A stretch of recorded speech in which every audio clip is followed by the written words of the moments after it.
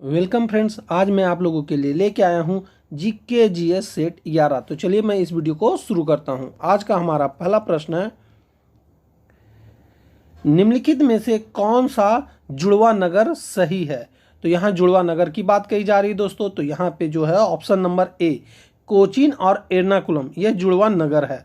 और बात करें जुड़वा शहर की तो हैदराबाद और सिकंदराबाद को जुड़वा शहर कहा जाता है। और काफ़ी बार एग्जाम में यह क्वेश्चन पूछा जाता है कि बड़ा इमामबाड़ा और छोटा इमामबाड़ा कहाँ स्थित है। तो यह लखनऊ में स्थित है, ये आपको याद रखना है। अब हम चलते हैं अगले प्रश्न की ओर। हमारा अगला प्रश्न है, नोबेल शांति पुरस्कार किस नगर में दिया जाता है।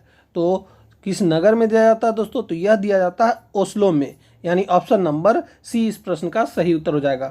ओस्लो नॉर्वे की राजधानी है, ये भी आपको याद रखना है दोस्तों। और बात करें यहाँ नोबेल शांति पुरस्कार की तो इसकी शुरुआत सन 1901 में हुई थी। और प्रथम भारतीय जो थे जिन्हें नोबेल पुरस्कार मिला था वह मिला था रविन्द्रनाथ टैगोर जी को 1913 में गीतांजलि के लिए, ये आपको याद रखना है। अब हम चलते हैं अगले प्रश्न की ओर। हमारा अगला प्रश्न है, विश्व उपभोक्ता अधिकार दिवस किस दिन मनाया जाता है। तो दोस्तों यह मनाया जाता है 15 मार्च को, यानी कि ऑप्शन नंबर बी इस प्रश्न का सही उत्तर हो जाएगा।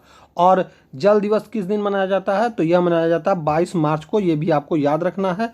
और पृथ्वी दिवस तो यह मनाया जाता है 22 अप्रैल को। अब हम चलते हैं अगले प्रश्न की ओर। हमारा अगला प्रश्न है, भारत की पहली तटीय पुलिस अकादमी शुरू की गई थी, कहाँ की गई थी ये आपको बताना है। तो यह किया गया था गुजरात में, यानी ऑप्शन नंबर डी इस प्रश्न का सही उत्तर हो जाएगा। अब हम चलते हैं अगले प्रश्न की ओर। हमारा अगला प्रश्न है, मसालों की सुगंध और श्वास किसके कारण होती है। तो यह होती है एरोमेटिक अमीनो अम्ल के द्वारा, यानी ऑप्शन नंबर सी इस प्रश्न का सही उत्तर हो जाएगा दोस्तों। और यहाँ पे बात आई है अब मसालों की, तो मसालों से याद रखिए कि मसालों की सर्वाधिक खेती केरल में होती है, ये आपको याद रखना है। भारत में मसालों की अधिकतम खेती केरल में होती है। और लाल मिर्च किसके लिए के लिए कौन सा राज्य प्रथम स्थान पाता है भारत में, तो आंध्र प्रदेश। और बड़ी इलायची का उत्पादन सिक्किम में सबसे ज़्यादा होता है, ये भी आपको याद रखना है। अब हम चलते हैं अगले प्रश्न की ओर। हमारा अगला प्रश्न है, निम्न में से कौन सा ऊर्जा प्रदान नहीं करता। तो ऊर्जा कौन सा प्रदान नहीं करता, यहाँ पे वसा ऊर्जा प्रदान करता है, प्रोटीन भी ऊर्जा प्रदान करता है, और कार्बोहाइड्रेट भी ऊर्जा प्रदान करता है, परंतु यहाँ पे विटामिन जो है यह ऊर्जा प्रदान नहीं करता, यानी कि ऑप्शन नंबर डी इस प्रश्न का सही उत्तर हो जाएगा। और यहाँ पे विटामिन की बात आई है तो विटामिन की खोज फंक ने 1911 ईस्वी में की थी, ये भी आपको याद रखना है। अब हम चलते हैं अगले प्रश्न की ओर। हमारा अगला प्रश्न है, मछलियों के यकृत में निम्नलिखित में से किसकी प्रचुरता है। तो मछलियों की यकृत तेल में जो है सर्वाधिक विटामिन डी पाया जाता है, यानी ऑप्शन नंबर ए इस प्रश्न का सही उत्तर हो जाएगा। और विटामिन डी का रासायनिक नाम क्या है दोस्तों, काफ़ी बार एग्जाम में क्वेश्चन पूछा जाता है, तो यह है कैल्सीफेलोर, ये आपको याद रखना है। और विटामिन डी के कमी से बच्चों में रिकेट्स होता है और वयस्क व्यक्तियों में ऑस्टियोमाइलिसिस रोग होता है, ये भी आपको याद रखना है। अब हम चलते हैं अगले प्रश्न की ओर। हमारा अगला प्रश्न है, दृष्टि के अस्थायित्व का सिद्धांत किसके पीछे का सिद्धांत है। तो यह किसके पीछे का सिद्धांत है दोस्तों, तो यह सिनेमा के पीछे का सिद्धांत है, यानी कि ऑप्शन नंबर बी इस प्रश्न का सही उत्तर हो जाएगा। तो बात आई है यहाँ पे सिनेमा की दोस्तों। तो सिनेमा के जनक किनको कहा जाता है, तो लॉस निकोलस और लॉस लुमियारी को सिनेमा का जनक कहा जाता है। इन्होंने 1885 ईस्वी में इसका निरीक्षण किया था, यानी आविष्कार किया था, ये कह सकते हैं आप।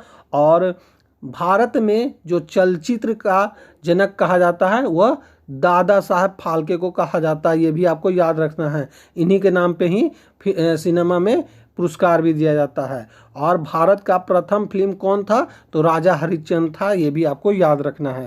अब हम चलते हैं अगले प्रश्न की ओर। हमारा अगला प्रश्न है, अम्बीबता से क्या रोग होता है। तो यहाँ अम्बीबता की बात आई है दोस्तों, तो इससे अमातिसार रोग होता है, यानी कि ऑप्शन नंबर ए इस प्रश्न का सही उत्तर हो जाएगा। अमातिसार को ही डायरिया कहा जाता है दोस्तों, ये भी आपको याद रखना है। अब हम चलते हैं अगले प्रश्न की ओर। हमारा अगला प्रश्न है, एक सामान्य व्यक्ति में प्रति मिनट के हिसाब से हृदय स्पंदन का दर कितना औसतन होता है? तो यह होता है दोस्तों 72 और प्रति मिनट होता है, यानी कि ऑप्शन नंबर सी इस प्रश्न का सही उत्तर हो जाएगा। और वयस्क मनुष्य में जो होता है, जो ज़्यादा उम्र के हो जाते हैं उनमें 60 से 62 यह हो जाता है, ये भी आपको याद रखना है। और भ्रूण अवस्था में बच्चों में जो होता है वह 150 होता है, ये भी आपको याद रखना है। अब हम चलते हैं अगले प्रश्न की ओर। हमारा अगला प्रश्न है a brief history of time के लेखक कौन है?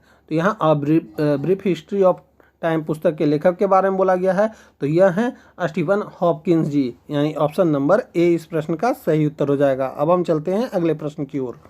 हमारा अगला प्रश्न है व्यापक रूप से इस्तेमाल किया गया नाइट्रोजन उर्वरक है। तो यहाँ नाइट्रोजन उर्वरक की बात करी जा रही दोस्तों, जो व्यापक रूप से यूज किया गया है तो वह है यूरिया, यानी ऑप्शन नंबर बी इस प्रश्न का सही उत्तर हो जाएगा। और दोस्तों काफ़ी बार एग्जाम में यह प्रश्न पूछा जाता है कि यूरिया का रासायनिक सूत्र क्या है, तो ये आप याद रखेंगे CH4N2O यूरिया का रासायनिक सूत्र है। और दोस्तों अमोनिया सल्फेट जो है आलू के लिए अच्छा उर्वरक है, ये आपको याद रखना है। और सुपर फास्फेट जो बनाया जाता है वो हड्डियों को पीसकर बनाया जाता है, ये आपको याद रखना है। अब हम चलते हैं अगले प्रश्न की ओर।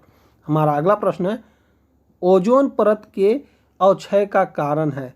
क्या अवक्षय का कारण है ये आपको बताना है, तो यह है क्लोरोफ्लोरोकार्बन, यानी ऑप्शन नंबर सी इस प्रश्न का सही उत्तर हो जाएगा। और दोस्तों पहली बार ओजोन परत में जो छिद्र देखा गया था वह कब देखा गया था, तो वह देखा गया था सन 1985 में, ये आपको याद रखना है। और ओजोन का जो सूत्र है रासायनिक सूत्र वो आपको याद रखना O3, यानी कि 3 ऑक्सीजन पे 1 ओजोन होता है, ये आपको याद रखना है। अब हम चलते हैं अगले प्रश्न की ओर। हमारा अगला प्रश्न है टूईरियल जल विद्युत परियोजना कहाँ स्थित है? तो यह स्थित है दोस्तों मिजोरम में, यानी ऑप्शन नंबर सी इस प्रश्न का सही उत्तर हो जाएगा। दोस्तों इसी तरह के और भी परियोजना है जो कि काफ़ी इंपॉर्टेंट है और एग्जाम में लगभग पूछे ही जाते हैं, आप नोट कर लेंगे। काकड़ापारा परियोजना यह ताप्ती नदी पर है और यह गुजरात में है। और तुलबुल परियोजना की बात करें तो यह झेलम नदी पर है और जम्मू कश्मीर में है। तिलैया परियोजना बराकर नदी पर झारखंड में है और दुलहस्ती परियोजना चिनाब नदी में जम्मू कश्मीर में है, ये आपको याद रखना है। अब हम चलते हैं अगले प्रश्न की ओर। हमारा अगला प्रश्न है क्लोरोफिल प्रकाश के किस घटक को परावर्तित करता है? तो यह हरा रंग को परावर्तित करता है, यानी ऑप्शन नंबर डी इस प्रश्न का सही उत्तर हो जाएगा। अब हम चलते हैं अगले प्रश्न की ओर।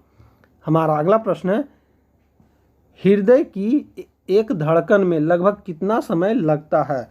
तो हृदय की एक धड़कन में लगभग 0.8 सेकेंड लगता है, यानी ऑप्शन नंबर बी इस प्रश्न का सही उत्तर हो जाएगा। और दोस्तों बात करें हृदय का भार का तो यह लगभग 300 ग्राम होता है, ये आपको याद रखना है, ठीक। और बोले भ्रूण अवस्था में कितनी बार धड़कन धड़कता है, तो यह 150 बार धड़कता है, ये आपको याद रखना है। अब हम चलते हैं अगले प्रश्न की ओर। हमारा अगला प्रश्न है ध्वनि को आंखों के रूप में प्रयोग करने वाला प्राणी है, तो कौन प्राणी है दोस्तों यह? तो यह है चमगादड़, यानी ऑप्शन नंबर डी इस प्रश्न का सही उत्तर हो जाएगा। कुत्ता, चमगादड़ आदि जो हैं यह 20 हर्ट्ज से कम एवं 20,000 हर्ट्ज से अधिक की ध्वनि सुन सकते हैं, ये आपको याद रखना है। और मनुष्य जो हैं व्यक्ति हैं वो 20 हर्ट्ज से 20,000 हर्ट्ज तक के बीच की ध्वनि सुन सकता है, ये भी आपको याद रखना है। अब हम चलते हैं अगले प्रश्न की ओर। हमारा अगला प्रश्न है खाने का सोडा का रासायनिक नाम क्या है दोस्तों? तो खाने का सोडा का रासायनिक नाम है सोडियम बाइकार्बोनेट, यानी कि ऑप्शन नंबर बी इस प्रश्न का सही उत्तर हो जाएगा। इसका मैं आप लोगों को एक ट्रिक दे देता हूँ, खाना खाने के बाद बाय बाय कर दो, यानी सोडियम बाइकार्बोनेट, बाय बाय, ठीक। और इसका रासायनिक सूत्र क्या है दोस्तों, आप हमें कमेंट बॉक्स में बताएंगे। अब हम चलते हैं अगले प्रश्न की ओर। हमारा अगला प्रश्न है 3 रंग मूल रंग हैं, कौन कौन है 3 रंग मूल रंग, ये आपको बताना है। तो यह है नीला, हरा और लाल, यानी ऑप्शन नंबर बी इस प्रश्न का सही उत्तर हो जाएगा। अब हम चलते हैं अगले प्रश्न की ओर। हमारा अगला प्रश्न है ऑक्सीजन के बाद सबसे अधिक उपलब्ध कौन सा मूल तत्व है? तो ऑक्सीजन के बाद सबसे अधिक मौजूद मूल तत्व जो है वो है सिलिकॉन, यानी कि ऑप्शन नंबर सी इस प्रश्न का सही उत्तर हो जाएगा।